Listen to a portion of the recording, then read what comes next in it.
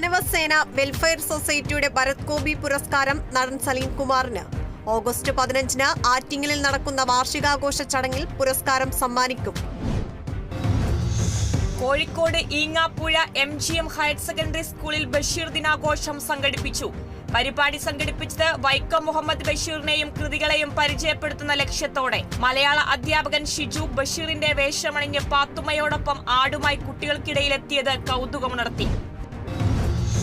പത്തനംതിട്ടയിൽ കാറും മിനി ലോറിയും കൂട്ടിയിടിച്ച് അപകടം. കാറിലുണ്ടായിരുന്ന നരിയാപുരം സ്വദേശികളായ ഒരു കുടുംബത്തിലെ 5 പേർക്ക് പരിക്ക്. പരിക്കേറ്റവരിൽ 2 പേർ കുട്ടികൾ. കോട്ടയം KSRTC ബസ് സ്റ്റാൻഡിൽ നിർത്തിയിട്ടിരുന്ന ബസ് തനിയെ പിന്നിലേക്ക് നീങ്ങി മതിലിടിച്ച് തകർത്തു. തകർന്നത് റോഡിന് എതിർവശത്തുള്ള പ്രസ് ക്ലബിന്റെയും PWD കെട്ടിടത്തിന്റെയും ഗേറ്റും മതിലും. പുലർച്ചെ വാഹനങ്ങളും വഴിയാത്രക്കാരും കുറവായതിനാൽ ദുരന്തം ഒഴിവായി. ഹിറ്റായി മാറി തൃശൂർ അരിമ്പൂർ പഞ്ചായത്ത് കുടുംബശ്രീ കിരണം പദ്ധതിയിലൂടെ നടപ്പിലാക്കിയ വഴിയിടം പദ്ധതി. ശ്രദ്ധേയമായത് കസേരകളും അനുബന്ധ മേശകളും പാത്രങ്ങളും വാടകയ്ക്ക് നൽകുന്ന വനിതാ സംരംഭകരുടെ പദ്ധതി.